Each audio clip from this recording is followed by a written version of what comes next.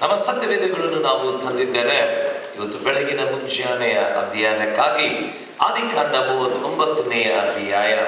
Let's turn our Bibles to book of Genesis chapter 39, 39ನೇ ಅಧ್ಯಾಯ ವಚನ 12ಕ್ಕೆ ನಾವು ತೆಗೆದುಕೊಳ್ಳೋಣ. ಪ್ರಿಯರೇ, ಯಾರನ್ನು ಗಟ್ಟಿಯಾಗಿ ಸ್ಪಷ್ಟವಾಗಿ ನನಗಾಗಿ ಓದಿಕೊಳ್ಳ್ರಿ. ಆದಿಕಾಂಡ 39 ವಚನ 12. ಪ್ರಿಯರೇ,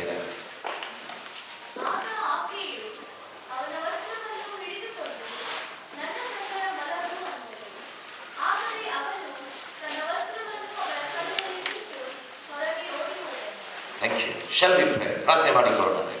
ತಂದೆಯಾದ ದೇವರೇ, ಸ್ವಾಮಿ, ಈ ಸಮಯಕ್ಕಾಗಿ ನಿನಗೆ ವಂದನೆ. ನಿನ್ನ ಕೃಪೆಯುಳ್ಳ ಹಸ್ತವು, ದಯೆಯು, ಕರುಣೆಗಾಗಿ ನಿನಗೆ ವಂದನೆ. ಈ ವಾಕ್ಯದಿಂದ ನಮ್ಮೊಟ್ಟಿಗೆ ಮಾತನಾಡು ಸ್ವಾಮಿ. ಈ ವಾಕ್ಯದಿಂದ ನಮ್ಮೊಟ್ಟಿಗೆ ಬಲಪಡಿಸು. ನಿನ್ನ ಚಿತ್ತದಲ್ಲಿ ನಮ್ಮನ್ನೆಲೆಗೊಳಿಸು ಸ್ವಾಮಿ. ನಿನ್ನ ಕೃಪೆಯು ನಮ್ಮನ್ನು ಎಡೆಬಿಡದೆ ಕಾಯ್ದು ನಡೆಸು. ಆ ನೂತನವಾದಂಥ ಪ್ರಕಟಣೆಗಳು ನಮಗೆ ದಯಪಾಲಿಸು. ಯೇಸುವಿನ ಹೆಸರಿನಲ್ಲಿ ಕರ್ತನೆ. This is a very beautiful verse. ಇದು ಬಹಳ ಸುಂದರವಾದಂತ ಒಂದು ಅಧ್ಯಾಯವಾಗಿದೆ. So this morning we are going to learn on dealing when we are accused. ನಾವು ತಪ್ಪು ಮಾಡಲಾರದಾಗ, ನಮಗೆ ದೂಷಣೆ ಮಾಡಿದಾಗ ನಾವು ಏನು ಮಾಡಬೇಕು ಎಂಬುದಕ್ಕಾಗಿ ಇದರ ಕುರಿತಾಗಿ ನಾವು ಕಲಿತುಕೊಳ್ಳೋಣ ಪ್ರಿಯರೇ. And this is very common. ಇದೇನಾಗಿದೆ ಪ್ರಿಯರೇ, ಬಹಳ ಜನರಿಗೆ ಪ್ರತಿ ಸಮಯದಲ್ಲಿ ನಾವೇನಾಗ್ತೇವೆ, ವಿ ಡೀಲ್ ವಿತ್ ದಿಸ್. ಇದರೊಟ್ಟಿಗೆ ನಾವು ಹೋರಾಡುವಂತವರಾಗಿದ್ದೇವೆ. ನಾವು ತಪ್ಪು ಮಾಡಿರುವುದಿಲ್ಲ. ಆ ಸಮಯದಲ್ಲಿ ಜನರು ನಮಗೆ ತಪ್ಪಾಗಿ ದೂಷಣೆ ಮಾಡಿದಾಗ ನಾವು ಏನು ಮಾಡಬೇಕು? And this is the story of Joseph. ಇದು ಯೋಸೆಫನ ಒಂದು ಕಥೆಯಾಗಿತ್ತು ಪ್ರಿಯರೇ. Now let me tell you. ನಾನು ನಿಮಗೆ ಇದರ ಕಥೆಯ ಸ್ವಲ್ಪ ಹಿನ್ನೆಲೆಯು ನಾನು ನಿಮಗೆ ಹೇಳ್ತೇನೆ ಪ್ರಿಯರೇ. ಯಾವಾಗ ಯೋಸೆಫನು ಕನಾನ್ ದೇಶದ ಆ ಪ್ರಾಂತ್ಯಗಳನ್ನು ಬಿಟ್ಟು ಐಗುಪ್ತ ದೇಶಕ್ಕೆ ಬಂದನೋ, ಆತನು ಒಬ್ಬ ದನಿಯ ಕೆಳಗೆ, ಇಲ್ಲದಿದ್ದರೆ ಯಜಮಾನನ ಕೆಳಗೆ ಆತನ ಏನ್ ಮಾಡ್ತಾ ಇದ್ದ ಪ್ರಿಯರೇ, ಆತನು ಅಲ್ಲಿ ಸೇವೆ ಮಾಡಿಕೊಳ್ಳುತ್ತಾ ತನ್ನ ಕೆಲಸಗಳನ್ನು ಆತನು ಮಾಡ್ತಾ ಇದ್ದ. ಆತನು ಕೆಲಸಗಳನ್ನು ಮಾಡುವಂತ ಆ ಸಮಯದಲ್ಲಿ ದೇವರ ವಾಕ್ಯದಲ್ಲಿ ನಾವು ನೋಡಿಕೊಳ್ಳುತ್ತೇವೆ ಪ್ರಿಯರೇ. ಸತ್ಯವೇದ ಹೇಳ್ತದೆ, ಯೋಸೆಫನು ನೋಡ್ಲಿಕ್ಕೆ ಬಹಳ ಸುಂದರನು, ಆತನು ಬಹಳ ಚಂದವಾಗಿ ಕಾಣ್ತಾ ಇದ್ದ. ಅಷ್ಟೇ ಅಲ್ಲ, ಆತನಿಗೆ ಬಹಳ ಉತ್ತಮವಾದಂತ ಒಂದು ಸಾಕ್ಷಿಯು, ಆತನು ನಂಬಿಗಸ್ತನಾಗಿ ಕಂಡದಂತ ಒಬ್ಬ ವ್ಯಕ್ತಿಯು ಈತನಾಗಿದ್ದಾನೆ. ಆ ಸಮಯದಲ್ಲಿ ದೇವರ ವಾಕ್ಯ ಹೀಗೆ ಹೇಳ್ತದೆ ಪ್ರಿಯರೇ, ಈ ವ್ಯಕ್ತಿಯು ಏನಾಗಿದ್ದನು, ತನ್ನ ದಣಿಯ ಕೆಳಗೆ ಆತನು ಸೇವೆ ಮಾಡ್ತಾ ಇರ್ಬೇಕಾದ್ರೆ, ಕೆಲಸ ಮಾಡುವಂತ ಆ ಸಮಯದಲ್ಲಿ ಆತನ ದಣಿಯ ಫೋಟಿಫರನ ಹೆಂಡತಿಯು ಈತನ ಮೇಲೆ ಕಣ್ಣು ಬೀಳುತ್ತದೆ. ಈಗ ಈತನ ಮೇಲೆ ಕಣ್ಣು ಬೀಳ್ತಾ ಇದೆ ಅಂತಂದ್ರೆ, ಇವ ಬಹಳ ಚಂದ ಕಾಣ್ತಾ ಇದ್ದಾನೆ ಅಂತ ಅಷ್ಟೇ ಅಲ್ಲರೇ, ಆಕೆಯನ್ನು ಬಹಳ ಕುರುಪಿಯಾಗಿ ಕಾಣ್ತಾ ಇರುವಂತ ಸ್ತ್ರೀ ಅಲ್ಲರೇ, ಆಕೆನು ಬಹಳ ಚಂದವಾಗಿ ಕಾಣುವಂತ ಒಂದು ಸ್ತ್ರೀ ಆಗಿದ್ದಳು ಪ್ರಿಯರೇ. ಸತ್ಯವೇದ ಹೇಳ್ತದೆ ರೀ, ಆಕೆ ಆತನಿಗೆ ಕೊಟ್ಟಂತ ಒಂದು ಪ್ರಪೋಸಲ್ ಏನಂತಂದರೆ, ಯಾಕಿನ ನಿನ್ನ ಒಟ್ಟಿಗೆ ಬಂದು ಮಲಗಬಾರದು. ಇದು 1 ದಿವಸ 2 ದಿವಸ 3 ದಿವಸ ನಡೆದಂತ ಘಟನೆಗಳಲ್ಲರೇ, ಇದು ಎಷ್ಟೋ ದಿವಸ ನಡೆದಂತ ಘಟನೆಗಳ್ರೆ. ಸತ್ಯವೇದ ಹೀಗೆ ಹೇಳ್ತದೆ, ಅವ ಯಾವಾಗಲೂ ಆಕೆ ಹೇಳ್ತಾ ಇದ್ದ, ಇದು ತಪ್ಪಾಗ್ತದೆ, ನಾನು ದೇವರ ದೃಷ್ಟಿಯಲ್ಲಿ ಈ ತಪ್ಪನ್ನು ನಾನು ಮಾಡಬಾರದು.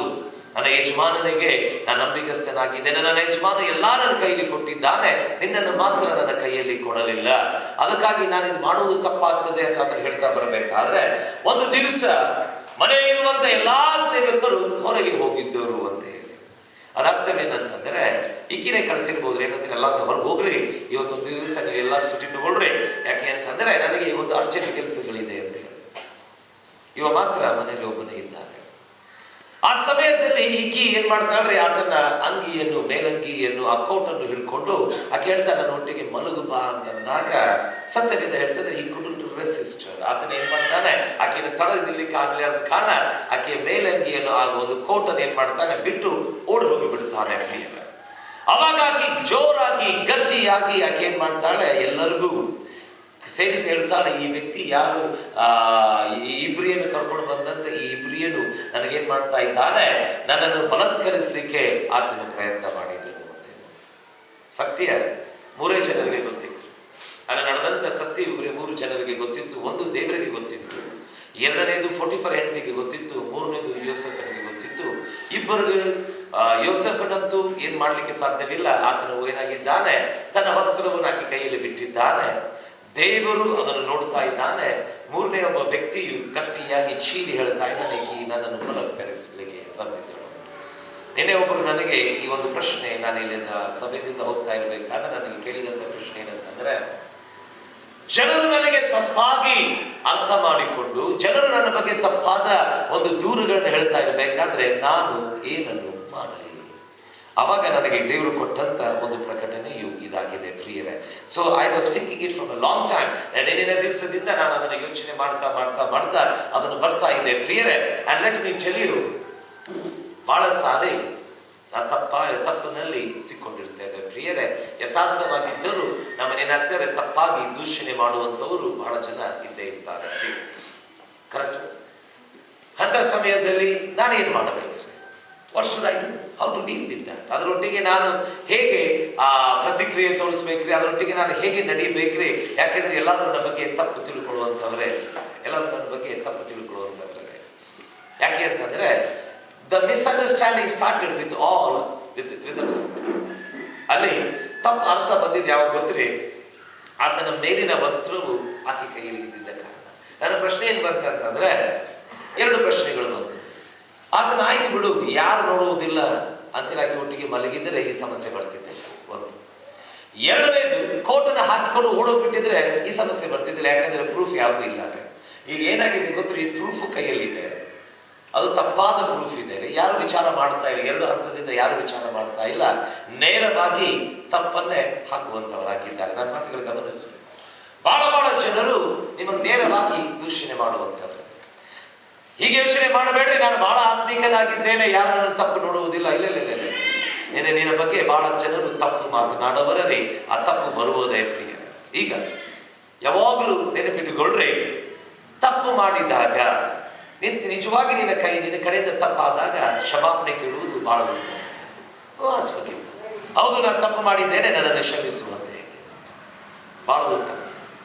ಆದರೆ ನೀನು ತಪ್ಪು ಮಾಡದೆ ಹೋದಾಗ, ಇದು ಯಾರ ಬಗ್ಗೆ ಮಾತನಾಡ್ತಾ ಇದ್ದೇನೆ ಅಂತಂದ್ರೆ, ಯಾವಾಗ ನೀನು ತಪ್ಪು ಮಾಡುವುದಿಲ್ಲವೋ ಆವಾಗ ಬಂದಾಗ ಏನು ಮಾಡಬೇಕು ಅಂತ, ಅವಾಗ ಜನರು ತಪ್ಪಾಗಿ ಅಪರಾಧ ಆಗ್ತಾರಲ್ಲ, ಆವಾಗ ಹೇಳ್ತಾ ಇದ್ದೇನೆ. ನೀನು ತಪ್ಪು ಮಾಡಿದಾಗ ಹೇಳ್ತಾ ಇಲ್ಲ ಪ್ರಿಯರೇ, ನೀನು ತಪ್ಪು ಮಾಡಿದಾಗ ಹೇಳ್ತಾ ಇಲ್ಲ ರೀ. ನೀನು ತಪ್ಪು ಮಾಡಲೇ ಇರಲಾರ್ದಾಗ, ನೀನೊಬ್ಬ ನೀತಿವಂತನಾದಾಗ, ನೀನೊಬ್ಬ ಯಥಾರ್ಥವಂತನಾದಾಗ ಆವಾಗ ನೀನು ಏನು ಮಾಡಬೇಕು ಅಂತ. Okay, so let me give you three beautiful truths. ನಾನು ಮೂರು ಪ್ರಾಮುಖ್ಯವಾದ ಸತ್ಯಾಂಶಗಳು ನಿಮ್ಮ ಮುಂದೆ ಇಡ್ತೇನೆ ಪ್ರಿಯರೇ. I will talk to you about the personality, I will talk to you about the problem, and I will talk to you about the principle. ನಾನೇನ್ ಮಾಡ್ತೇನೆ? ಯೋಸೆಫನ ವ್ಯಕ್ತಿತ್ವದ ಬಗ್ಗೆ ಮಾತನಾಡ್ತೇನೆ ಪ್ರಿಯರೇ. ಯೋಸೆಫನ ಒಂದು ಸಮಸ್ಯೆದ ಬಗ್ಗೆ ಮಾತನಾಡ್ತೇನೆ ಪ್ರಿಯರೇ. ಮೂರನೇದು, ಯೋಸೆಫನ ತತ್ವಗಳ ಬಗ್ಗೆ ಮಾತನಾಡ್ತೇನೆ ಪ್ರಿಯರೇ. And this is true, ಇದು ಸತ್ಯವಾಗಿದೆ. ಇನ್ನೊಂದು ಮಾತು ಹೇಳ್ತೇನೆ ಕೇಳು. ನಿನಗೆ ನೀನೇ ಸರಿ ಅಂತ ತಿಳ್ಕೊಳ್ತಾ ಇದ್ದರೆ ತಪ್ಪು. ನಿನಗೆ ನೀನೇ ಸರಿ ಅಂತ ತಿಳ್ಕೊಂಡು ನೀನು ಜೀವನ ಮಾಡ್ತಾ ಇದ್ದರೆ ಅದು ತಪ್ಪು. ಜನರು ಗುರುತಿಸ್ತಾರೆ. Correct. Many things, many flaws, many problems. ಬಹಳ ಸಮಸ್ಯೆಗಳು, ಬಹಳ ಸಂಗತಿಗಳು, ತಪ್ಪುಗಳು ಇದೆ. ಅದನ್ನು ಗುರುತಿಸಿಕೊಳ್ಳೋಣ. ಆಯ್ತ್ರಿ, ಇದು ಯಥಾರ್ಥವಾದಂತ ಜನರಿಗೆ ಮಾತ್ರ. ಓಕೆ, ಸೊ ಇದನ್ನ ಯಾವಾಗಲೂ ನೆನಪಿಟ್ಟುಕೊಳ್ಳ್ರೆ, ಇದು ಬಹಳ ಪ್ರಾಮುಖ್ಯವಾದಂತ ಸಂಗತಿ. ನಾ ಫಸ್ಟ್ ಒನ್, ಜೋಸೆಫ್ಸ್ ಪರ್ಸನಾಲಿಟಿ, ಯೋಸೆಫನ ಒಂದು ವ್ಯಕ್ತಿತ್ವ. ಓಕೆ, ದಯಮಾಡಿ 12ನೇ ವಚನ ಓದಿಕೊಳ್ಳ್ರಿ ಪ್ರಿಯ.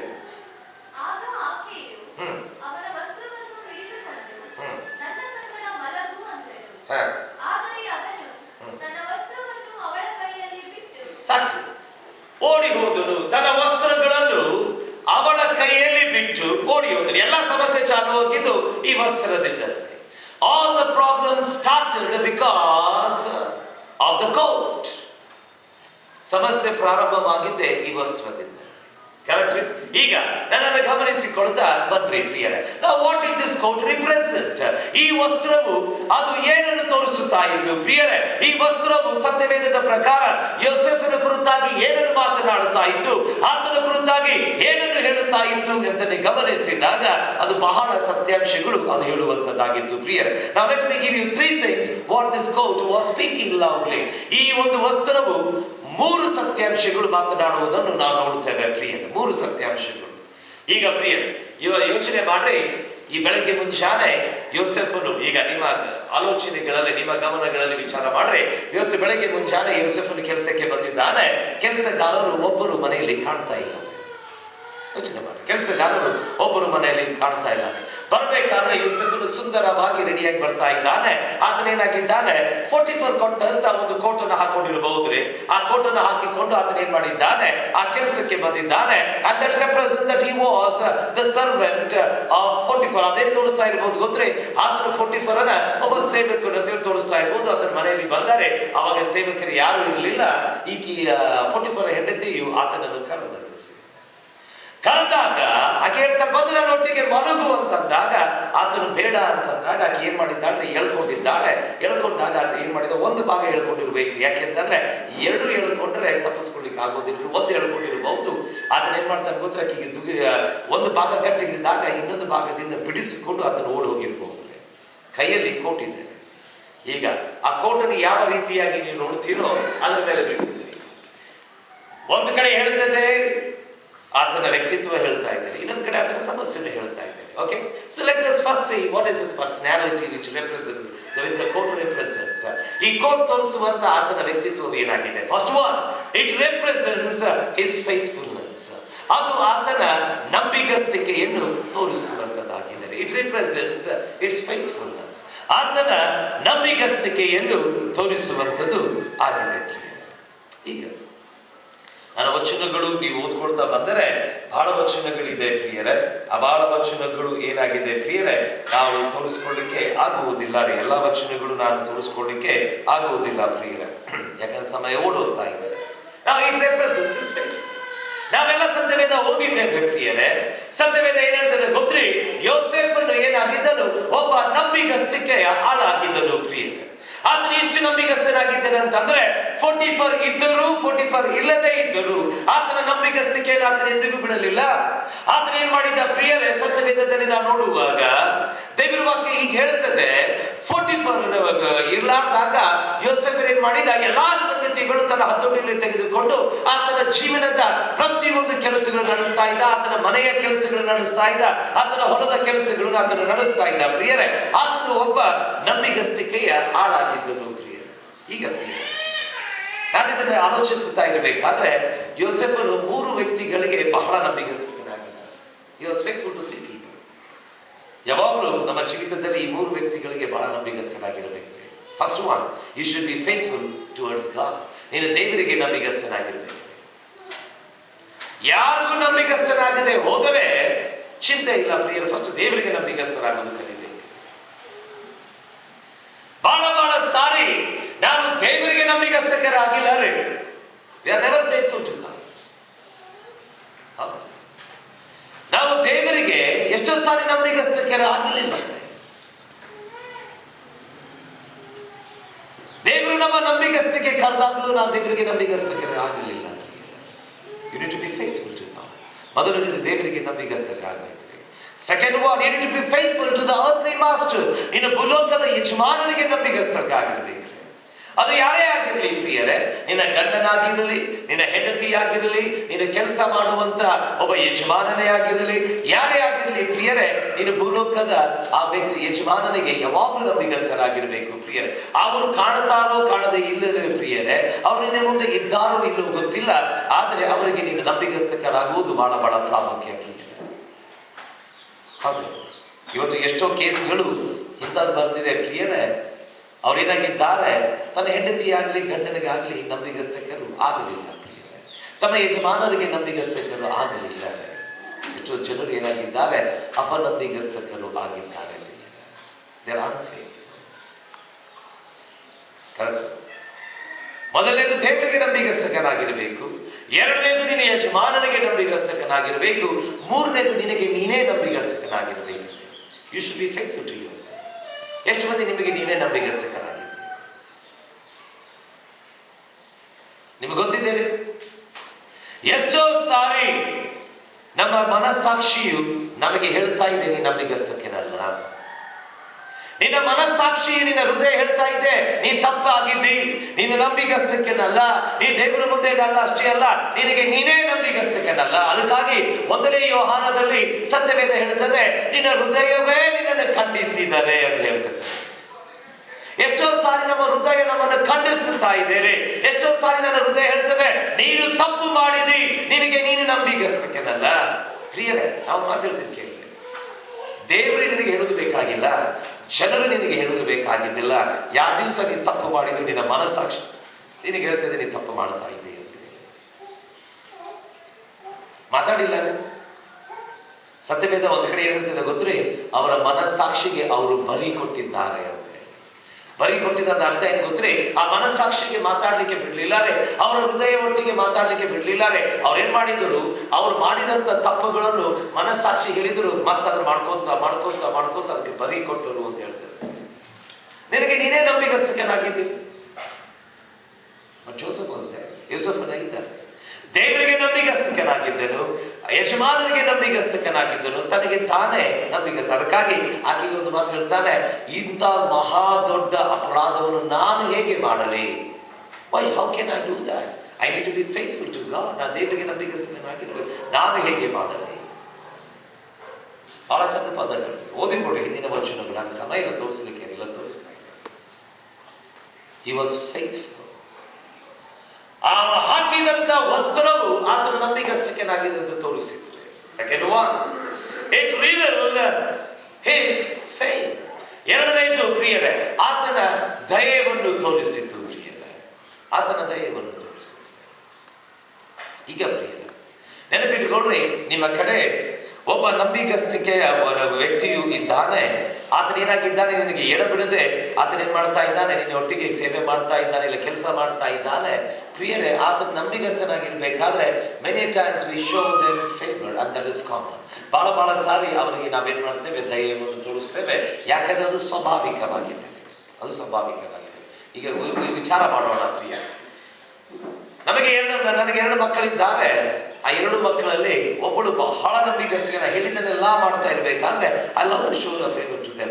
ನಾನು ಹೆಚ್ಚಾದ ದಯಕ್ಕೆ ತೋರಿಸ್ಲಿಕ್ಕೆ ಇಷ್ಟಪಡ್ತೇನೆ. ಅದು ಎರಡನೇದು, ಆಕೆ ಓಡಾಡಿರ್ತಾಳೆ, ಮೇಲಿಗೆಲ್ಲ ಕೆಲಸ ಮಾಡ್ತಿರ್ತಾಳೆ, ಹೇಳಿದ ಮಾತುಗಳು ಕೇಳಿಲ್ಲ. ನನಗೆ ಆಕೆ ಪ್ರೀತಿ ಕಮ್ಮಿ ಆಗ್ಲಿ, ಆಕೆ ಮೇಲೆ ಪ್ರೀತಿ ಕಮ್ಮಿ ಆಗ್ಲಿಲ್ಲ ರೀ. ಆದ್ರೆ ಎಷ್ಟೋ ಸಾರಿ ನನ್ನ ದಯ ಆಕೆ ಮೇಲೆ ಜಾಸ್ತಿ ತೋರಿಸೋದಿಲ್ಲ ರೀ. ಈಗ ಇಲ್ಲಿ ನೋಡ್ತಾ ಇರ್ಬೇಕಾದ್ರೆ he had a favor from God, favor from man. ಆತನ ನಂಬಿಗಸ್ತಿಕೆಯು ಆತ ಏನೇನು ಗೊತ್ತಿದೆ, ದೇವರಿಂದ ಮನುಷ್ಯನಿಂದ ದಯೆ ಪಡೆದುಕೊಂಡಾರ. ದೇವರಿಂದ ಮನುಷ್ಯನಿಂದ ದಯೆ ಪಡೆದುಕೊಂಡಾರೆ. ಒಂದು, ಆ ನಂಬಿಗಸ್ತಿಕನಾಗಿದ್ದಾರೆ.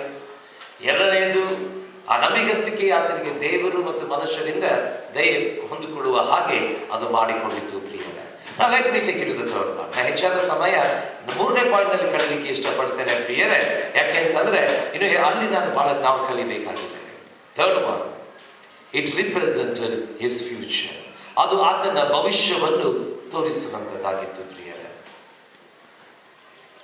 How many of you know, ಎಷ್ಟು ಮಂದಿಗೆ ಗೊತ್ತಿತ್ತು, Joseph had a very bright future. ಯೋಸೆಫನಿಗೆ ಬಹಳ ಉತ್ತಮವಾದಂತ ಒಂದು ಭವಿಷ್ಯವಿತ್ತು ಪ್ರಿಯರೇ. ಈಗ ಯಾಕೆ ಇದು ಉತ್ತಮವಾದಂತ ಒಂದು ಭವಿಷ್ಯ ಅಂತ ಹೇಳ್ತಾ ಇದ್ದೇನೆ ಅಂತಂದ್ರೆ, ಇದನ್ನು ಮರ್ತು ಬಿಡಬೇಡ್ರಿ. 44 ಅನ್ನು ಏನಾಗಿದ್ದ ಅರಸ ಫೆರೋವನ ಕೆಳಗೆ ಕೆಲಸ ಮಾಡುವಂತ ಒಬ್ಬ ವ್ಯಕ್ತಿ ಪ್ರಿಯರೇ.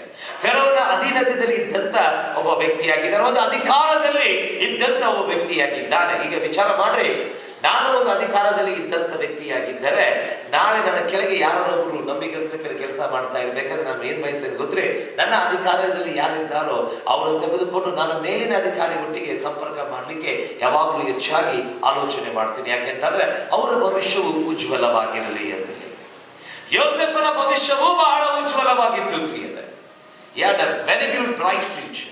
ಬಹಳ ಸುಂದರವಾದಂಥ ಭವಿಷ್ಯ.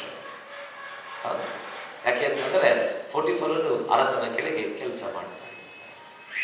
That revealed his personality. ಆತನ ವ್ಯಕ್ತಿತ್ವವನ್ನು ತೋರಿಸ್ತಾರೆ. Now let me take it as a second one. ಎರಡನೇ, ಜೋಸೆಫ್ and his problem. ಯೋಸೆಫನ ಸಮಸ್ಯೆ. ಎಲ್ಲ ಸಮಸ್ಯೆ ಆಗಿದ್ದು ಈ 12ನೇ ವಚನದಲ್ಲಿ. ಓದಿಕೊಂಡು 12ನೇ ವಚನ.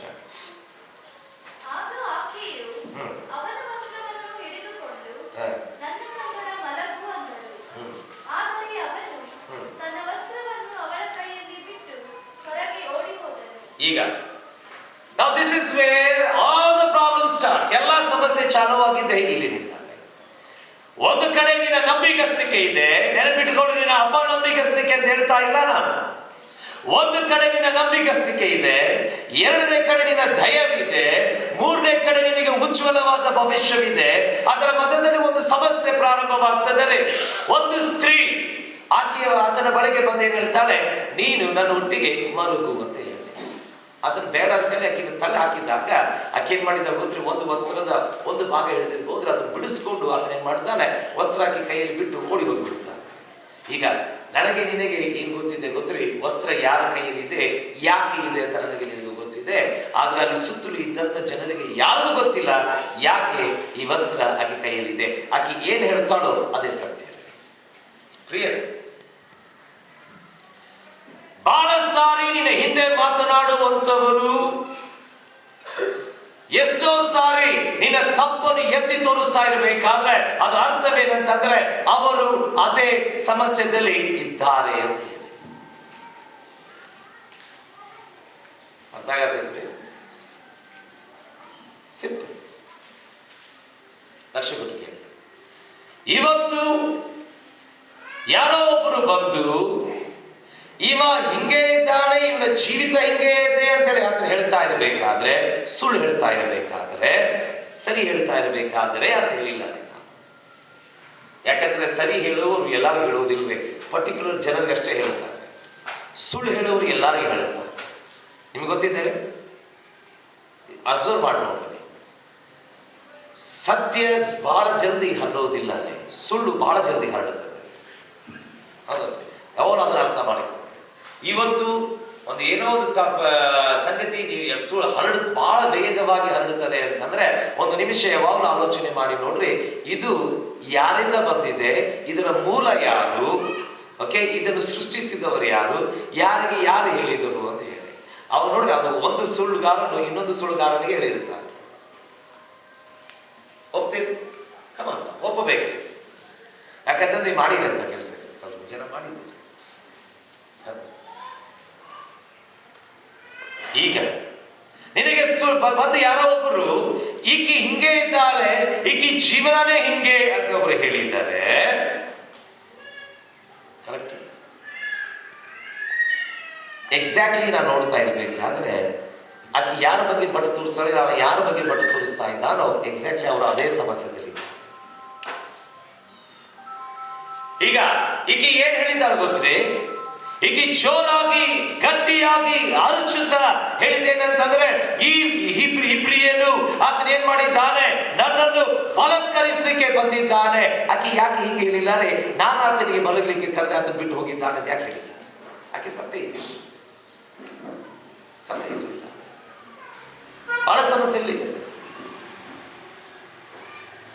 That is many people's problem. ನಾವೇನ್ ಮಾಡಿದ್ದೇವೆ ಗೊತ್ತ್ರಿ, ಇವ್ರು ಹಿಂಗೆ ಇದ್ದಾರೆ, ಇವ್ರ ಕಡೆ ಹಿಂಗೆ ಹೋಗ್ಬೇಡ್ರಿ, ಇವ್ರ ಕೂಡ ಸೇರ್ಬೇಡ್ರಿ. ಪ್ರಾಬ್ಲಮ್ ಏನಂತ ನೀನು ಹಂಗಿದೆ, ಅದಕ್ಕಾಗಿ ಎಲ್ಲರಿಗೂ ಹೇಳ್ತಾ ಇದ್ದೀನಿ. ಕರೆಕ್ಟ್? ನಾವು ಜನ ಏನ್ ಮಾಡಿದ್ರು ಗೊತ್ತ್ರಿ, ಅಯ್ಯೋ ಕೇಳ್ರಿ, ಸಡನ್ ಜನರಿಗೆ ಇದೇ ಬೇಕಾಗಿರ್ತದೆ. ಹಿಂಗ್ ಮಾಡಿದಾವ,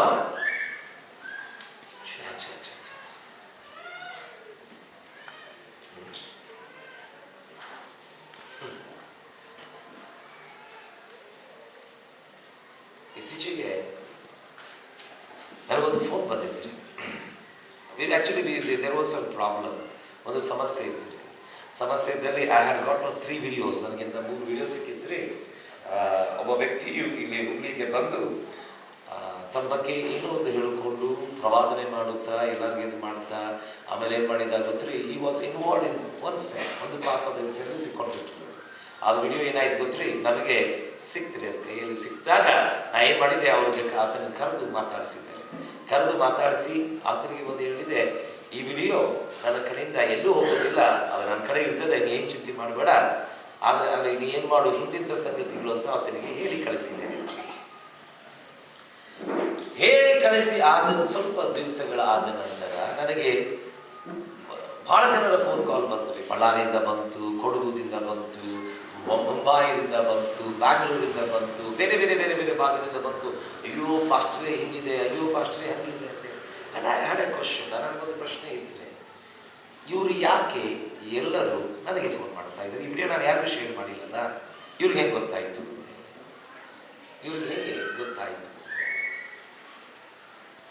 Really, I did not want to put somebody in a public shame.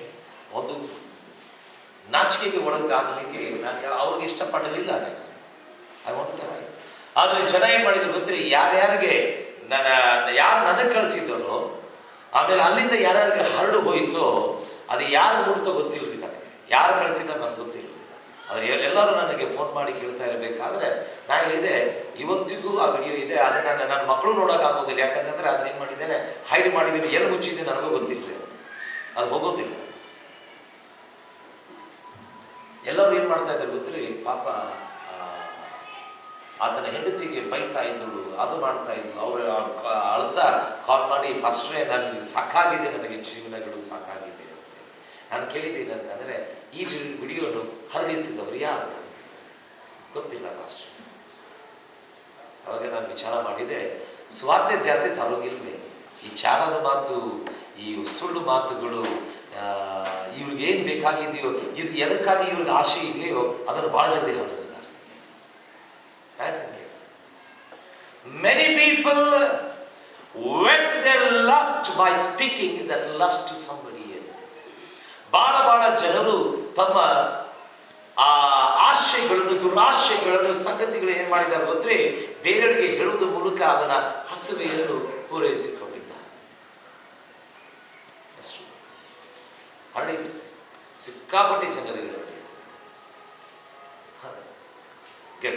ಈಗ ನಾವು ಒಟ್ಟು ಏನು ಮಾಡಿರ್ಬೋದ್ರಿ, ಇವರೆಲ್ಲರಿಗೂ ಹರಡಿದೆ. ಯೋಚನೆ ಮಾಡ್ರಿ, ಒಬ್ಬ ಯೋಸೆಫನ ನಿಂತಿದ್ದಾನೆ, ವಸ್ತ್ರವು ಆತನ ಹೆಂಡತಿ ಪೋಟಿಫರನ ಹೆಂಡತಿ ಕೈಯಲ್ಲಿದೆ, ಇವರೆಲ್ಲ ಜನ ಸೇರಿಬಿಟ್ಟಿದ್ದಾರೆ, ಪೋಟಿಫರನ ಬಂದಿದ್ದಾರೆ.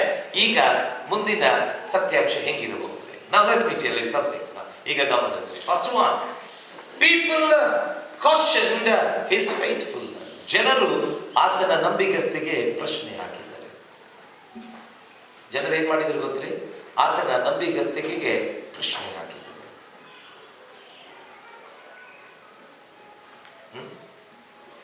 ಸತ್ಯ ಯಾರಿಗೂ ಗೊತ್ತಿಲ್ಲ ಪ್ರಿಯರೇ. Nobody knows the truth. ಮೂರೇ ಜನರು ಗೊತ್ತಿದೆ. ಒಂದು ದೇವರಿಗೆ ಗೊತ್ತಿದೆ, ಎರಡನೇದು ಪೋಟಿಫರ್ ಹೆಂಡತಿಗೆ ಗೊತ್ತಿದೆ, ಮೂರನೇದು ಯೋಸೆಫನಿಗೆ ಗೊತ್ತಿದೆ. ಪಬ್ಲಿಕ್ ಸೇರಿಬಿಟ್ಟಿದ್ದೇನೆ. ಆಕೆ ಪಬ್ಲಿಕ್ಗೆಲ್ಲ ಸೇರಿಸಿ ಏನ್ ಹೇಳ್ತಾ ಇದ್ದಾಳೆ ಏನಂತಂದ್ರೆ, ಈತನು ನನಗೆ ಬಲಾತ್ಕಾರ ಮಾಡಲಿಕ್ಕೆ ಬಂದಿದ್ದಾನೆ. ಯಾರು ಯೋಸೆಫನ ಮಾತು ಕೇಳ್ತಾ ಇಲ್ಲ. ಯೋಸೆಫನ್ ಹೇಳ್ತಾ ಇದ್ದಾನೆ, ನಾನು ಮಾಡಿಲ್ಲ ಅಂತದ್ದು, ಈಕೆನೇ ನನಗೆ ಹಂಗೆ ಮಾಡಿದಳು ಅಂತ ಹೇಳ್ತಾ ಇರ್ಬೇಕಾದ್ರೆ ಯಾರು ಮಾತು ಕೇಳಲಿಲ್ಲ. ಎಲ್ಲರೂ ಏನ್ ಮಾತಾಡ್ತಾ ಇರ್ಬೋದು ಗೊತ್ತೇ, ಓಹೋ ಈಗ ಗೊತ್ತಾಯ್ತು ಯಾಕೆ ಎಷ್ಟು ಪೋಟಿಫರ್ಗೆ ನಂಬಿಗಸ್ತನಾಗಿದ್ದ ಅಂತ.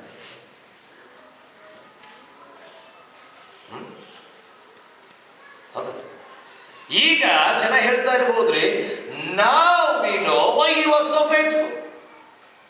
ಯಾಕೆ ಅಂತಂದ್ರೆ ಪೋಟಿಫರ್ ಏನ್ ಮಾಡಿದ್ದಾನೆ, ಆಸ್ತಿ ಕೊಟ್ಟಿದ್ದಾನೆ, ಅಂತಸ್ತು ಕೊಟ್ಟಿದ್ದಾನೆ, ಆತನಿಗೆ ಇರುವಂತ ಆತನಿಗೆ ಇರುವಂತ ಹೊಲ ಮನೆಗಳು ಕೊಟ್ಟಿದ್ದಾನೆ, ಮನೆಯನ್ನ ಕೊಟ್ಟಿದ್ದಾನೆ. ಅಂತ ಟೈಮ್ನಲ್ಲಿ ಇವ ನೋಡಕ್ಕೂ ಚಂದ ಕಾಣ್ತಾನೆ, ಅಕ್ಕಿನೂ ಚಂದ ಕಾಣ್ತಾಳೆ. ಅದಕ್ಕಾಗಿ ಇವೇನ್ ಮಾಡಿದ್ದ, ಯಾಕೆ ಮನೆ ಬಿಟ್ಟು ಹೋಗುದು, ಅಕ್ಕಿನ ಹಿಡ್ಕೊಂಡು ಬಿಟ್ರೆ ಚಲೋ ಅಲ್ಲ ಅಂತ ವಿಚಾರ ಮಾಡಿ ಹೇಳಿರ್ಬೋದು. ಬಹಳ ಜನ ಇದಿದೆ, ದಿಸ್ ಕಾಮನ್. ಇದು ಕಾಮನ್. ಏನು ಗೊತ್ತಿದೆ, ಜನರು ಸಭೆಗೆ ಲಾಭಕ್ಕಾಗಿ ಅಷ್ಟೇ ಬಂದಿರ್ತಾರೆ. ನನಗೆ ಲಾಭ ಏನ್ ಸಿಗ್ತೈತೆ ಅಂತ ಬಂದಿರ್ತಾರೆ. ಅದಕ್ಕೆ ಸಂಡೇದಿಂದ ಸಂಡೇ ಅಷ್ಟೇ ಬಂದು ಸ್ವಲ್ಪ ಮಂದಿ ಕುಂತಿರ್ತಾರಲ್ಲ, ಬೇರೆ ಸ್ವಲ್ಪ ಮಂದಿ ಏನ್ ಕುಂತಾರಲ್ಲ ಇವರೆಲ್ಲ ಸಂಡೇದಿಂದ ಸಂಡೇಗೆ ಅಷ್ಟೇ ಇದೆ, ಬೇರೆ ಎದಕ್ಕೂ ಬರುವುದು ಬೇರೆ ದೇವರಿಗಾಗಿ ಅಂತ ಬರುವುದು. ದಯಮಾಡಿ ತಪ್ಪಿಕೋಬೇಡ್ರಿ, ಇದಿದೆ ಹೇಳಾಗತ್ತೆ, ನಿಮ್ಗೆ ನೋವಾದರೂ ಚಿಂತೆ ಇಲ್ಲ. I'm telling you the truth. ಇದು ಸತ್ಯ.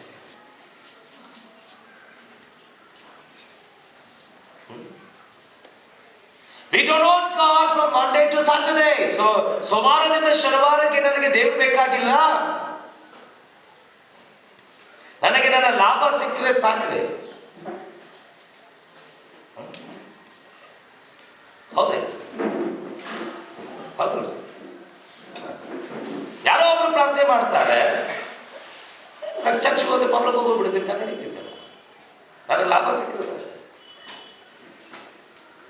ಚರ್ಚಿಗೆ ಹೋಗ್ಲಿಲ್ಲ ಅಂತಂದ್ರೆ ಮದುವೆ ಮಾಡಿಸೋದಿಲ್ಲ, ಹೆಸರಿಡುವುದಿಲ್ಲ.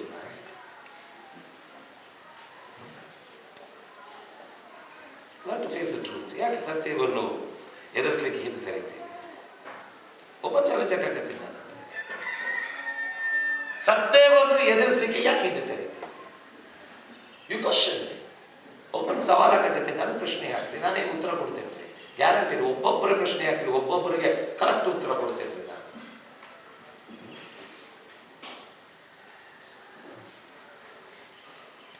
You don't need God. ನನಗೆ ದೇವರು ಬೇಕಾಗಿಲ್ಲ, ದೇವರು ಬೇಕಾಗಿಲ್ಲ.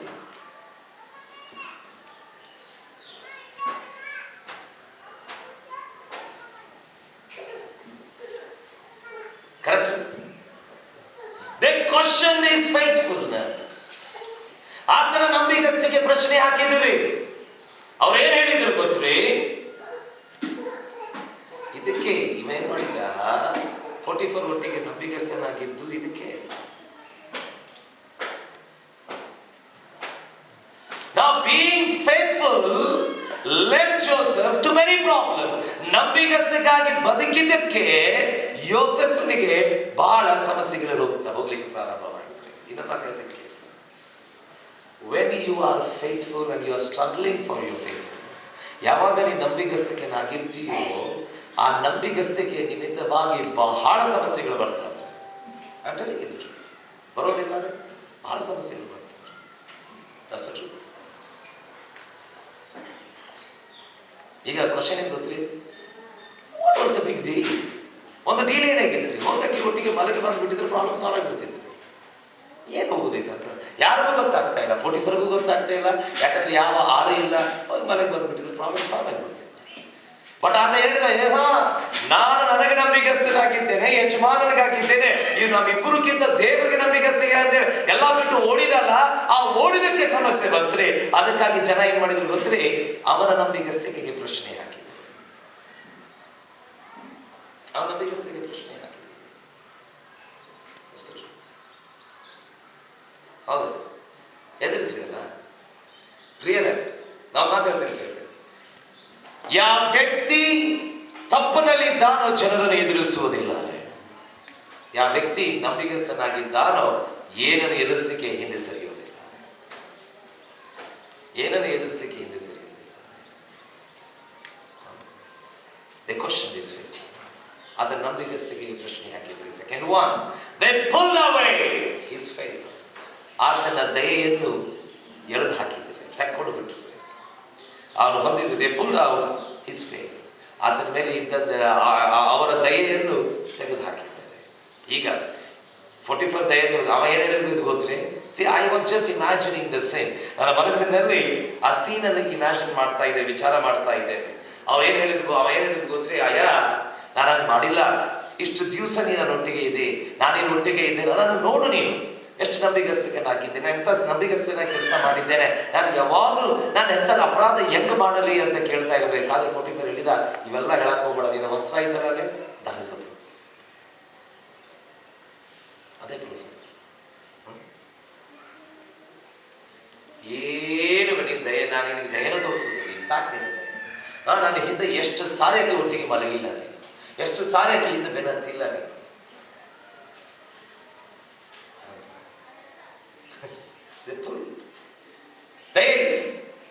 ಯಾರು ದಯೆ ತೋರಿಸಿದರೋ ಆ ದಯೆ ತೆಗೆದಿರಿ. ಅವರು ತಪ್ಪು ಮಾತುಗಳನ್ನು ಕೇಳಿ ತೆಗೆದರು. ತಪ್ಪು ಮಾತುಗಳನ್ನು ಕೇಳಿ ಅವ್ರು ಏನ್ ಮಾಡಿದ್ರು? ಏನ್ ದಯೆ ತೋರಿಸಿದ್ರು. ಬೈಬಲ್ನಲ್ಲಿ ಕೀರ್ತನೆಯಲ್ಲಿ ಒಂದು ವಚನ ಬಹಳ ಚಂದ ಹೇಳ್ತಾ ಇದ್ದಾರೆ. ಏನಂತಂದ್ರೆ, ಅವನನ್ನು ಎಳುಕೊಂಡು ಹೋಗಿ ಸೆರೆಮನೆಯಲ್ಲಿ ಹಾಕಿ ಒದ್ದರು ಅಂತ ಹೇಳ್ತದೆ ಪ್ರಿಯರೇ. ಹೊಡೆದರು, ಸರ್ಪಣೆಯಿಂದ ಕಟ್ಟಿದರು ಅಂತ ಹೇಳ್ತದೆ. ಸರ್ಪಣೆಗಳಿಂದ ಏನ್ ಮಾಡಿದರೆ? ಆತನನ್ನು ಕಟ್ಟಿದ್ದಾರೆ. ಯಾಕೆ? ನಂಬಿಗಸ್ತನಾಗಿ ಬದುಕುವುದಕ್ಕೆ. Because we live faithfully. ಹೌದು, ಬಿಕಾಸ್ ನಾವು ಎಲ್ಲೋ ಒಂದು ಕಡೆ ನಂಬಿಗಸ್ತರಾಗಿ I remain faithful, I am in the jail. ನಂಬಿಗಸ್ತರಾಗಿದ್ದಕ್ಕೆ ಜೈಲ್ ಆಗಿರಬೇಕು. ಇತ್ತೀಚೆಗೆ ಟಿವಿನಲ್ಲಿ ಅದೇ ನ್ಯೂಸ್ ಬರ್ತಾ ಇಲ್ಲ, ನೋಡ್ತೀರಿ ಟಿವಿನಲ್ಲಿ? The TV reporters, 2 TV reporters ರೀ. ಒಬ್ಬನು TRP ನಲ್ಲಿ ಸಿಕ್ಕಿದ್ದಾನೆ. ಪುಲ್ವಾಮಾ ಅಟ್ಯಾಕ್ ಇಂದ ವಾಟ್ಸಪ್ ನಲ್ಲಿ ಲೀಕ್ ಆಗಿದೆ ರೀ. ಅವ್ರಿಗೆ ಅದು ಅಟ್ಯಾಕ್ ಆಗೋಕ್ಕಿಂತ ಮುಂಚೆ ಗೊತ್ತಿತ್ತು ಹಿಂಗೆ ಅಟ್ಯಾಕ್ ಆಗ್ತಿದೆ ಅಂತ ಹೇಳಿ. ಎಲ್ಲ ಮಿಲಿಟರಿ ರಹಸ್ಯಗಳು ಆತನಿಗೆ ಗೊತ್ತಿತ್ತು. ಆತನ ಏನ್ ಮಾಡಿದ್ದಾನೆ? ಕೋಡ್ ವರ್ಡ್ಸ್ ನಲ್ಲಿ ಮಾತಾಡಿದ್ದಾನೆ, ಎಲ್ಲ ಮಾತಾಡಿದ್ದಾನೆ. ಅವ್ರಿಗೆ ಏನ್ ಮಾಡಿದ್ದಾರೆ ಗೊತ್ತ್ರಿ? ಹೊರಗೆ ಮುಚ್ಚಿಟ್ಟಿದ್ದಾನೆ. ಆದ್ರೆ ಇನ್ನೊಬ್ಬನು ಅಲ್ಲಿ ಒಕ್ಕಲಿಗರು ಯಾವ ಸಮಸ್ಯೆ ಒಳಗಾಗ್ತಾ ಇದ್ದಾರೆ ಅಂತ ಯಥಾರ್ಥವಾಗಿ ತೋರಿಸಿದ್ದಕ್ಕೆ ಅವನು ತೆಗೆದುಕೊಂಡು ಹೋಗಿ ಜೈಲಲ್ಲಿ ಹಾಕಿದ್ದಾನೆ. ಪ್ರಾಬ್ಲಮ್ ಅದೇ. ದಿಸ್ ಇಸ್ ಪೀಪಲ್, ಇದು ಜನರು. ಚಿಂತೆ ಇಲ್ಲ ಪ್ರಿಯರೇ, ನನ್ನ ಮಾತುಗಳು ಗಮನಿಸಿ. ನೀನು ದೇವರ ದಯದಿಂದ ಬದುಕ್ತಿ ನಂಬಿಗಸ್ತನಾಗಿದ್ದರೆ ಮನುಷ್ಯರ ದಯದಿಂದ ಅಲ್ಲ. ನನ್ನ ಪದಗಳು ಗಮನಿಸಿ. ನೀನು ನಂಬಿಗಸ್ತನಾಗಿದ್ದರೆ ದೇವರ ದಯದಿಂದ ಬದುಕ್ತಿ ಹೊರತು ಮನುಷ್ಯರ ದಯದಿಂದ. ಮನುಷ್ಯರ ದಯ ಯಾವಾಗ ಬೇಕಾದ್ರೆ ಹೇಳ್ಕೊಂತಾರೆ, ಯಾವಾಗ ಬೇಕಾದ್ರೂ ಕೊಡ್ತಾರೆ. ಆದರೆ ದೇವರ ದಯೆ ಮೂರನೇ, ದೇ ಡಿಸ್ಟ್ರಾಯ್ ಹಿಸ್ ಫ್ಯೂಚರ್. ಆತನ ಭವಿಷ್ಯವನ್ನು ಹಾಳು ಮಾಡಿದ್ದಾರೆ. ಏನ್ ಮಾಡಿದ್ದಾರೆ? ತಗೊಂಡು ಹೋಗಿ ಸೆರೆಮನೆಯಲ್ಲಿ ಹಾಕಿ. ಈಗ ವಿಚಾರ ಮಾಡ್ರಿ, ಅದನ್ನು ಗಮನಿಸಿ, ವಿಚಾರ ಮಾಡಿ. 44 ಅವನನ್ನು ಮೇಲಕ್ಕೆ ಎಬ್ಬಿಸಿ ಆತನ ಏನ್ ಮಾಡಿದಾಗ ದಯ ತೋರಿಸಿದಾಗ ಸಣ್ಣ ಜನ ಹೊಟ್ಟೆ ಕಿಚ್ಚಿಕೊಳ್ಳೋರು ಸುತ್ತಲೂ ಇರ್ಬೋದು. ಅದ್ರಲ್ಲಿ ಅವರು ಜಿಗಿದು ಮಾತಾಡಿರ್ಬೋದ್ರಿ, ಜಿಗಿದು ಹೊಡೆದಿರ್ಬೋದ್ರಿ. ಅವ್ರಿಗೆ ಏನ್ ಹೇಳಿರ್ಬೋದು, ಮಗನ ಇದ್ದ ದಿಸ್ ಇಸ್ ಯೋರ್ ಪ್ರಾಬ್ಲಮ್ ಅಂತೇಳಿ ಕೆಟ್ಟ ಮಾತಾಡಿರ್ಬೋದ್ರೆ ಅವನಿಗೆ ಜಾಡಿಸಿ ಒದ್ದು ಸರ್ಮದಲ್ಲಿ ಹಾಕ್ತಾ ಇರ್ಬೇಕಾದ್ರೆ ಸಂತೋಷ ಪಟ್ಟಿರ್ಬಹುದ್ರಿ. ಪ್ರಿಯರೇ, ಒಂದು ಮಾತಾಡ್ತೀನಿ ಕೇಳಿ. ಬೇರೆಯವನ ಎಡುವುದರಲ್ಲಿ ನೀನು ಸಂತೋಷ ಪಟ್ಟರೆ ನೀನು ಕ್ರಿಸ್ತನ ದಾಸನಲ್ಲ.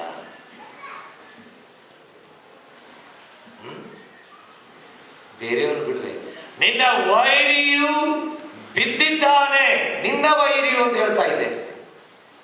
ನಿನ್ನ ವೈರಿಯು ಬಿದ್ದಿದ್ದಾನೆ ಅಂತ ಹೇಳಿ ನೀನು ಆನಂದ ಪಟ್ಟರೆ ನೀನು ಕ್ರಿಸ್ತನ ಶಿಷ್ಯನಲ್ಲ. ನೆರವನ್ನು ಪಕ್ಕಕ್ಕೆ ಇಟ್ಟುಬಿಡ್ರೆ, ನಿನ್ನ ವೈರಿ ಬಿದ್ದಾನೆ ಅಂತ ನೀನು ಸಂತೋಷ ಪಟ್ಟರೆ ನೀನು ಕ್ರಿಸ್ತನ ಶಿಷ್ಯನಲ್ಲ.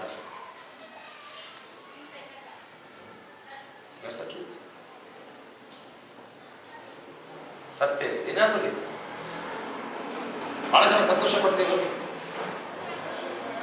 ಎಷ್ಟು ಮಂದಿ ಚಾಡಿ ಬೈಬಲ್ ಹೇಳೋದಿಲ್ರಿ, ಜ್ಞಾನದಿನಾಗ ಚಾಡಿ ಮಾತುಗಳು ರುಚಿಯಾದ ತುತ್ತುಗಳು ಅಂತ ಹೇಳಿ.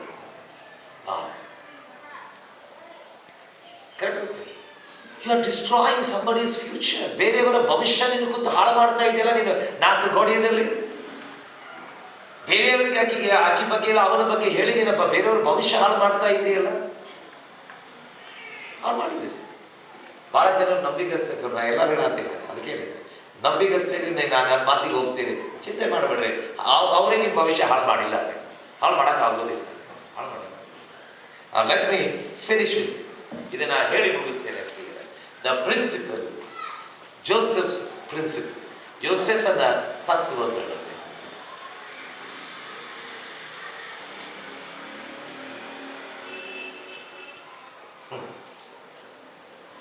ಯೋಸೆಫನ ತತ್ವಗಳು. ಪ್ರಿಯರೇ, ನೀನು ನೀತಿವಂತನಾಗಿದ್ದರೆ ಈ 4 ಬಹಳ ತತ್ವಗಳದಾವ್ರಿ. ಈ 4 ತತ್ವಗಳನ್ನು ಪಾಲಿಸಿ. If you are a righteous man, follow this 4 principles. ಹೌದು, ಈಗ ಯೋಚನೆ ಮಾಡ್ರಿ, ನೀನೇ ಯೋಸೆಫ್ ಅಲ್ಲಿ. ಎಲ್ಲರೂ ಬಟ್ಟೆ ತೋರಿಸ್ತಾ ಇದ್ದಾರೆ, ಎಲ್ಲರೂ ಬೈತಾ ಇದ್ದಾರೆ, ಎಲ್ಲರೂ ಕಲ್ಲು ಹೋಗಿತಾ ಇದ್ದಾರೆ, ಎಲ್ಲರೂ ಅಸಹ್ಯ ಮಾಡ್ತಾ ಇದ್ದಾರೆ, ಏನೇನು ತಳ್ಳು ಹಾಕ್ತಾ ಇದ್ದಾರೆ, ಎಲ್ಲರೂ ಮಾಡ್ತಾ ಇದ್ದಾರೆ. ಈ 4 ತತ್ವಗಳು ಯಾವಾಗಲೂ ಹಿಂಪಾಲಿಸ್ರಿ. ಮೊದಲನೇದು, don't waste your time explaining your righteousness to people. ನೀನು ನೀತಿವಂತನಾಗಿದ್ದಿ ಎಂಬುದಕ್ಕಾಗಿ ಹೇಳುವುದಕ್ಕೆ ನಿನ್ನ ಸಮಯ ವ್ಯರ್ಥ ಮಾಡಬೇಡ. Don't waste your time.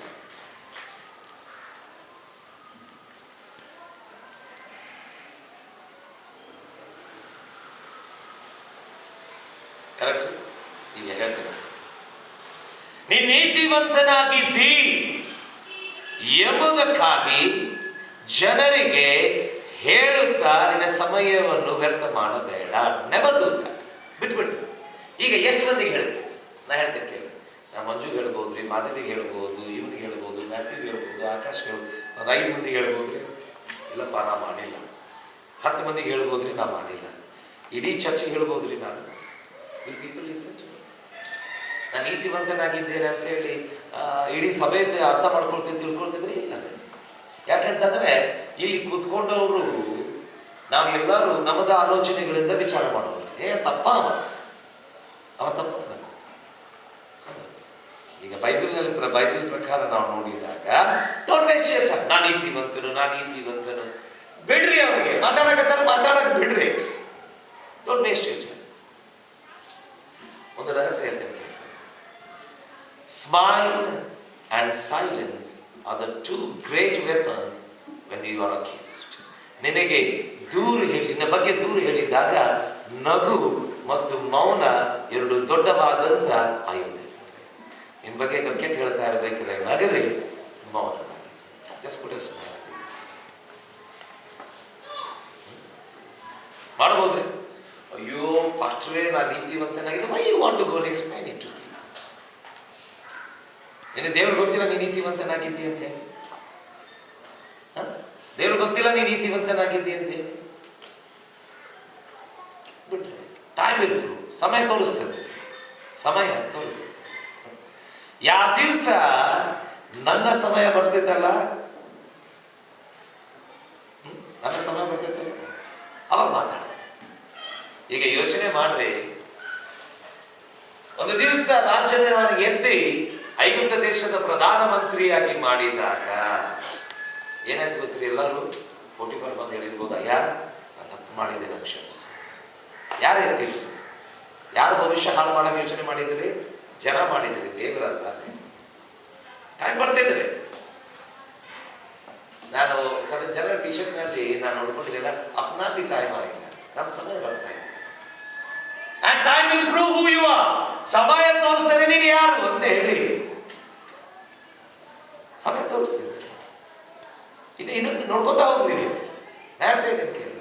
ಸಣ್ಣ ಜನರು ಹೇಳ್ತಾ ಇದ್ದಾರೆ, ಅಯ್ಯೋ ಅಣ್ಣ ಇಷ್ಟೆಲ್ಲ ಪ್ರೇಯರ್ ಮಾಡ್ತೇವೆ, ಅಷ್ಟೆಲ್ಲ ಮಾಡ್ತೇವೆ, why so much of problem? ಯಾಕೆ ಇಂಥ ಸಮಸ್ಯೆಗಳು ನನಗೆ? ಕಾಯಿಲೆ. ಸಮಯ ತೋರಿಸ್ತದೆ ನೀವು ಯಾರು. ಅವರು ಯಾರು ಅಂತ ತೋರಿಸಿದ್ರೆ ನಾವು ಯಾರು ಅಂತ ತೋರಿಸ್ತೇವೆ. ಟೈಮ್ ಬರ್ತಾ ಇದೆ. Don't waste your time. ಸಮಯಗಳನ್ನು ಹೋಗಿ ನೀನು ನೀತಿವಂತನಾಗಿ ಹೇಳುವ, ನಾನು ಕರೆಕ್ಟ್ ಅದೇನೆ ಅಂತ ಹೇಳಕ್ಕೆ ಯಾರಿಗೂ ಆಗ್ಬೋದು. ಬಿಡಿದೆ ಮಾತಾಡ. ಸೆಕೆಂಡ್, ಎರಡನೇ, never fight with the situations when you are accused. ನಿನಗೆ ದೂಷಣೆ ಮಾಡಿದಾಗ ಪರಿಸ್ಥಿತಿಗಳ ಒಟ್ಟಿಗೆ ಹೊಡೆದಾಡಬೇಡ. ಹೊಡೆದಾಡ. ಬಹಳ ಜನ ಏನ್ ಮಾಡ್ತೇವೆ ಗೊತ್ತ್ರಿ? ಹೊಡೆದಾಡ್ತೇವ್ರಿ. ಓ ನಾನಲ್ಲ, ನಾನು ಹಿಂಗಿದ್ದೆ, ನಾನು ಹಂಗಿದ್ದೆ. ಎಷ್ಟು ಮಂದಿ ಹೊಡೆದಾಡಿಲ್ಲ? ನಾನು ಸರಿಯಾಗೇ ಇದ್ದೇನೆ, ಎಲ್ಲ ತಪ್ಪು ಅವ್ರದ್ದು. ದೊಡ್ಡದ ನೀ ಸರಿಯಾಗಿದ್ದರೆ ನೀನು ಹೊಡೆದಾಡೋದಿಲ್ಲ, ನೀ ತಪ್ಪಿದ್ರೆ ಹೊಡೆದಾಡ್ತೀವಿ. ನಾವು ನಿಮ್ಗೆ ಗೊತ್ತಿದ್ದೀರಿ, ಹಾವು ಯಾಕೆ ಕಚ್ಚಾಗಿ ಬರ್ತದೆ ಹೇಳ್ರಿ? ಅದ್ರೊಳಗೊಂದು ಭಯ ಐತ್ರಿ. ಏನಾಗಿದ್ದೇನೆ, ಅವನ ಕಣ್ಣಲ್ಲಿ ಬಿದ್ದೇನೆ, ಈಗ ನಾನು ಹೊಡಿತಾನವ, ಆ ಭಯದಿಂದ ಹೊಡೆಯಕ್ಕೆ ಬರ್ತದೆ. ಅದೇ ಆ ಹಾವು ಅವನು ನೋಡಿ ಭಯ ಪಡಲಾರದೆ ಧೈರ್ಯದಿಂದ ಮುಂದೆ ಓಡೋಗ್ಬಿಡುತ್ತಂತಂದ್ರೆ ಅದಕ್ಕೆ ಪ್ರಾಬ್ಲಮ್ ಇಲ್ಲ. ನೀನು ಯಾಕೆ ಹೊಡೆದಾಡ್ತೀವಿ ಗೊತ್ತು? ನೀನು ಒಳಗೊಂದು ಭಯ ಇದೆ.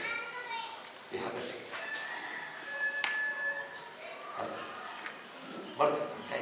ಹೊಡೆದಾಡ್ಬೇಡ, ಪರಿಸ್ಥಿತಿಗಳ ಒಟ್ಟಿಗೆ ಹೊಡೆದಾಡ್ಬೇಡ, ಎಂದಿಗೂ ಹೊಡೆದಾಡ. ಏನ್ ನಾವೇನ್ ಮಾಡ್ತೀವಿ ಗೊತ್ತ್ರಿ? ಒಂದೊಂದು ಸಾರಿ ಏಕಾಂಗಿಯಾಗಿ ಕೂತ್ಕೊಂಡು ಏನೇನೋ ವಿಚಾರ ಮಾಡ್ತಿರ್ತೀವಿ. ಓ ನನ್ನ ಜೀವನ ಹಿಂಗಾಯಿತು, ನನ್ನ ಹಣೆ ಬಾರ ಹಿಂಗಾಯಿತು. You are fighting. ಯಾಕೆ ಹೊಡೆದ? ನೀ ಯಥಾರ್ಥವಾಗಿದ್ರಿ, ಯಾಕೆ ಹೊಡೆದ?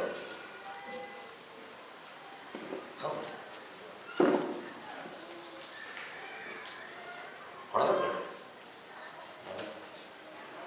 ಸರ್. ಮೂರನೇ, never speak bad about your accusers. ನಿನ್ನ ಬಗ್ಗೆ ದೂರ ಹೇಳೋದರ ಬಗ್ಗೆ ಕೆಟ್ಟದನ್ನು ಮಾತಾಡಬೇಡ. ನಿನ್ನ ಬಗ್ಗೆ ದೂರ ಹೇಳಿದವರ ಬಗ್ಗೆ ಕೆಟ್ಟದನ್ನು ಮಾತಾಡಬೇಡ. ಅದೇ ಸಮಸ್ಯೆ. ನಾ ಮಾತಾಡ್ತೀನಿ. ಯಾಕೆ ಮಾತಾಡ್ತೀವಿ ಗೊತ್ತ್ರಿ? ಯಥಾರ್ಥವಾಗಿಲ್ಲ, ಅದಕ್ಕಾಗಿ ಮಾತಾಡ್ತೀವಿ. ನೀನು ಯಥಾರ್ಥವಾಗಿಲ್ಲ, ಅದಕ್ಕೆ ಮಾತಾಡ್ತೀನಿ. ಯಥಾರ್ಥವಾಗಿದ್ದರೆ ಎಂದಿಗೂ ಮಾತಾಡುವುದಿಲ್ಲ. ಕರೆಕ್ಟ್. ಯಥಾರ್ಥವಾಗಿದ್ದರೆ ಎಂದಿಗೂ ಮಾತಾಡುವುದಿಲ್ಲ. ಯಾರ ಬಗ್ಗೆ ಮಾತಾಡಿ? ಯಾಕೆ ಮಾತಾಡುವುದು? ಈಗ ಒಂದು ಉದಾಹರಣೆ ಸಿಂಪಲ್ ಆಗಿ, ಯೋಸೆಫಿನ ಏನು ಯೋಚನೆ ಮಾಡಿದ್ದ ಗೊತ್ತ್ರಿ? ಅಕ್ಕಿ ತನ್ನ ಸ್ವಾರ್ಥಕ್ಕೆ ಅಕ್ಕಿ ಮಾತಾಡಿದ್ದಾಳೆ. 101% ನನ್ನ ವಸ್ತ್ರ ಆಕಿ ಕಡೆ ಇದ್ದಿದ್ದ ಕಾರಣ ಆಕಿ ಮಾತಾಡುವುದೇನಾಗಿದೆ? ಸತ್ಯ ಕಾಣ್ತಾ ಇದೆ ಎಲ್ಲರೂ. ಈಗ ನಾನು ಅಕ್ಕಿ ಒಟ್ಟಿಗೆ ಹೊಡೆದಾಡಕ್ಕೆ ಬರೋದಿಲ್ಲ, ಅಕ್ಕಿ ಬಗ್ಗೆನೂ ಮಾತಾಡಕ್ಕೆ ಬರೋದಿಲ್ಲ, ಜನರ ವಿರುದ್ಧವಾಗಿ ಮಾತಾಡಕ್ಕೆ ಬರೋದಿಲ್ಲ. ಯಾಕೆ ಅವ್ರು ಮಾತಾಡಿ ನನ್ನ ಸಮಯನ ಯಾಕೆ ವ್ಯರ್ಥ ಮಾಡಿ? I don't want to speak bad. ಬಗ್ಗೆ ಮಾತಾಡೋದು ಬಿಡ್ರಿ, ಹಾಕಿ ಏನಕ್ಕೆ ಹಾಕಿ, ಹೌದು ಮಾತಾಡೋದು ನೀನು ಯಥಾರ್ಥವಾಗಿದ್ರೆ ಎಂದಿಗೂ ಮಾತಾಡಬೇಕು. ಕೊನೆಯದಾಗಿ allow God to deal. ದೇವರಿಗೆ ಅನುಮತಿ ಕೊಡ್ರಿ ಕೆಲಸ ಮಾಡ್ಲಿಕ್ಕೆ, ದೇವರಿಗೆ ಕೆಲಸ ಮಾಡ್ಲಿಕ್ಕೆ ಅನುಮತಿ ಕೊಡ್ರಿ. allow God to deal. You know what's the best thing? ಬಹಳ ಉತ್ತಮವಾದಂತ ಒಂದು ಸತ್ಯಾಂಶ ಏನು ಗೊತ್ತಿದೆ? I will show you ಒಂದು ವಚನ ನಿಮಗೆ ತೋರಿಸ್ತೇನೆ.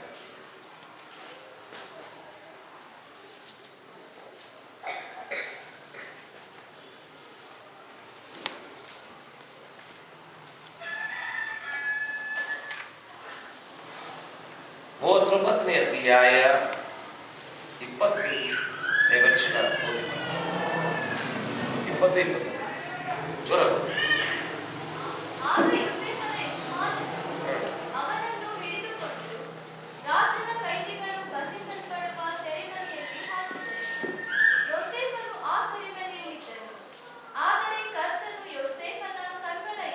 ಸಾಕು. ಒಂದು ನಿಮಿಷ. ಯೋಸೇಫನಿಗೆ ಜೈಲಿಗೆ ಹೋದರೆ ದೇವರು ಅವನಿಗೆ ಪಾಲಿಸಿದ. ಗಾಡ್ ವೆಂಟ್ ವಿತ್, ದೇವರು ಆತನೊಟ್ಟಿಗೆ ಹೋದ. ಒಬ್ಬರು ಒಂದ್ಸತಿ ನಮಗೆ ಸವಾಲು ಹಾಕಿದ್ರು, ನೆನಪು ಬಹಳ ಜನ ನಮ್ಮ ನಾಯಕರು ಸಹ ಜನ ಗೊತ್ತಿರ್ತಾರೆ. ಪಾಸ್ಟ್ರೇ ನಮ್ಮ ಕಡೆ ರೊಕ್ಕಿಲ್ಲ, ಚರ್ಚ್ ಕಟ್ಟಕ್ಕೆ ಚಾಲೂ ಮಾಡೀರಿ, ಚರ್ಚ್ ಕಟ್ಟಕ್ಕೆ ಚಾಲೂ ಮಾಡಿ ನೋಡೋಣ ನಾವು ಹೆಂಗೆ ಕಟ್ತೀರಿ ನೀವು ಅಂತ. ಒಬ್ಬರು ನಾನು ಭಾಳ ಚಂದ ಸವಾಲು ಹಾಕಿ ಏನೋ ಒಳ್ಳೆ ನಾ ಏನು ಹೇಳ್ತೀವಿ ಗೊತ್ತೇ, ದೇವರು ನಮ್ಮ ಒಟ್ಟಿಗೆ ಇದ್ದರೆ ಇದನ್ನು ಕಟ್ಟಿ ತೋರಿಸ್ತಾನೆ. ಕಟ್ಟಿ ತೋರಿಸಿಲ್ಲ, ತೋರಿಸೋದೇನಿಲ್ಲ. ದೇವರು ಒಂದೊಂದು ತೋರಿಸಿದ್ದಾರೆ. ನಾನು ಇನ್ನೊಟ್ಟಿಗೆ ಇದ್ದೀನಿ, ಯಾಕೆ ನೀವು ಮಾಡ್ತೀವಿ? ಒಂದು ಗಾಡಿ ಇದ್ದಾರೆ, ದೇವರು ಮಾಡಿದ್ದಾರೆ. ದೇವರು ಮಾಡಿ ನಾನು ಏನಾಗಿದ್ದೇನೆ ಅಂತ ತೋರಿಸಿದ್ದಾರೆ. ಸೊ ಪ್ರಿಯರೇ, ಯಾರು ಏನು ಮಾತಾಡುತ್ತಾರೋ ಚಿಂತೆ ಮಾಡಿ. ತಮ್ಮದೇ ಒಂದು ಕಥೆ ಹೇಳಿರ್ತಾರೆ. ಭಾಳ ಜನರು ತಮ್ಮ ಕಥೆ ಭಾಳ ಚಂದ ಕಥೆ ಇದೆ. ಆ್ಯಕ್ಚುಲಿ ಇವರು ಎಲ್ಲ ಫಿಲ್ಮ್ನಲ್ಲಿ ಸೇರ್ಬೇಕು. ಇವ್ರು ಭಾಳ ಚಂದ ಕಥೆ ಬರೀತಾರೆ. ಓ ಅಣ್ಣ ಹಿಂಗೆ, ಮಂಜು ಹಿಂಗೆ, ಮಾಧವಿ ಹಿಂಗೆ, ಮ್ಯಾಥ್ಯೂ ಹಿಂಗೆ, ಆಕಾಶ್ ಹಿಂಗೆ, ಭಾಳ ಚಂದ ಕಥೆ. ಇಂಥ ಕಥೆ ಬರೀತಾರೆ ಅಂತಂದರೆ ನಾನು ಯಾರು ಪಿಕ್ಚರ್ನಾಗ ಯಾರು ಕಥೆ ಬರೀತಾರೆ ಗೊತ್ತಿಲ್ಲ. ಅದು ಕೂಡ ಡೈಲಾಗು ಭಾಳ ಚಂದ ಹೇಳ್ತಾರೆ. ಕಾದಂಬರಿ ಡೈಲಾಗ್ ಅಂತಲೇ ಹೇಳಿರ್ತಾರೆ. ತಲೆ ಕೆಡಿಸ್ಕೊಳ್ಳೋದು. ನಾವೊಂದು ಸಿಂಪಲ್ ಕ್ವಶನ್ ಕೇಳ್ತೇನೆ, ಉತ್ತರ ಕೊಡಿ. ಎಷ್ಟು ಮಂದಿ ನಿಮ್ಮ ಬಳಿಗೆ ಬಂದು ಬೇರೆಯವ್ರ ಬಗ್ಗೆ ಮಾತಾಡಿದ್ದಾರೆ? ನೀವು ಮಾತಾಡಿದ್ರೆ ಅಂತ ಹೇಳ್ತಾರೆ. ಎಷ್ಟು ಮಂದಿ ನಿಮ್ಮ ಬಳಿಗೆ ಬಂದು ಬೇರೆಯವ್ರ ಬಗ್ಗೆ ಮಾತಾಡಿದ್ದಾರೆ? ಬೇರೆಯವ್ರ ಬಗ್ಗೆ ಮಾತಾಡಿದ್ರೆ ಕೈ ಹತ್ತಿರಿ. ಗೊತ್ತಿದ್ದೆ ನಾನು ಭಾಳ ಮಂದಿ ಮಾತಾಡಿದ್ದಾರೆ. ಒಂದು ಮಾತು ಹೇಳ್ತೀನಿ ಕೇಳಿದೆ, ನೀನು ಅದಕ್ಕೆ ಕಿವಿ ಕೊಟ್ಟರೆ ಅವರ ತಪ್ಪಿಗೆ ನೀನು ಸಮಾನ. ಆದರೆ ಪ್ರಿಯರೇ, ಇನ್ನೊಂದು ಹೇಳ್ತೀನಿ ಕೇಳ್ರಿ, ಯಾವ ವ್ಯಕ್ತಿ ನಿನ್ನ ಬಗ್ಗೆ ಬಂದು ಮೂರನೇ ವ್ಯಕ್ತಿ ಬಗ್ಗೆ ಹೇಳೋಣಲ್ಲ, ಅವ ಒಂದು ದಿವಸ ನಿಮ್ಮನ್ನು ಹರಾಜಿನಲ್ಲಿ ಹಾಕ್ತಾನೆ ಎಚ್ಚರವಾಗಿ. ಇದು ಸತ್ಯ. ಅವ ಬಂದು ನೀನು ಹೇಳೋಣಲ್ಲ, ಅವ ಸರಿಯಲ್ಲ, ಅವನು ಎಂದಿಗೂ ಸರಿಯಲ್ಲ. ಸೊ ಪ್ರಿಯರೇ, ಮಾತಾಡೋರು ಮಾತಾಡೋದು. ನೀನು ಯಥಾರ್ಥವಾಗಿದೆಯಲ್ಲ, ಅಪ್ನಾ ಬಿ ಟೈಮ್ ಆಗಿಲ್ಲ, ನಮ್ಮ ಸಮಯ ಬರ್ತಾ ಶಲ್ ಪ್ರಾರ್ಥನೆ ಮಾಡಿ. ತಂದೆಯಾದ ದೇವರೇ ಸ್ವಾಮಿ, ಈ ಸಮಯಕ್ಕಾಗಿ ನಿನಗೆ ನಿನ್ನ ಕೃಪೆ, ನಿನ್ನ ದಯೆ, ನಿನ್ನ ಕರುಣೆಗಾಗಿ ಬಂದರೆ ಈ ದಿವಸವನ್ನು ಆಶೀರ್ವದಿಸಿ ನಮ್ಮೊಟ್ಟಿಗೆ ಮಾತನಾಡಿದ ನಮ್ಮನ್ನು ಬಲಪಡಿಸಿ ಸ್ವಾಮಿ. ನಮ್ಮ ಮುಂದೆ ಹೋಗುವಂಥ ಕೃಪೆ ದಯಪಾಲಿಸು. ನಿನ್ನ ಚಿತ್ರದಲ್ಲಿ ನೆಲೆಗೊಳಿಸು. ನಿನ್ನ ನಾಮ ಸ್ವಾಮಿ ನಮ್ಮ ಮೂಲಕ ಮಾಡಿ ಬಂದರೆ ಯೇಸುವಿನ ಹೆಸರಿನಲ್ಲಿ ನಾವು ಬಿಡಿದ್ದೇನೆ ಕರ್ತನೆ. ಆಮೇಲೆ ಪ್ರತಿಯೊಬ್ಬರು ಎದ್ದು ನಿಂತುಕೊಂಡು ನಮ್ಮ ಕಾಣಿಕೆಯನ್ನು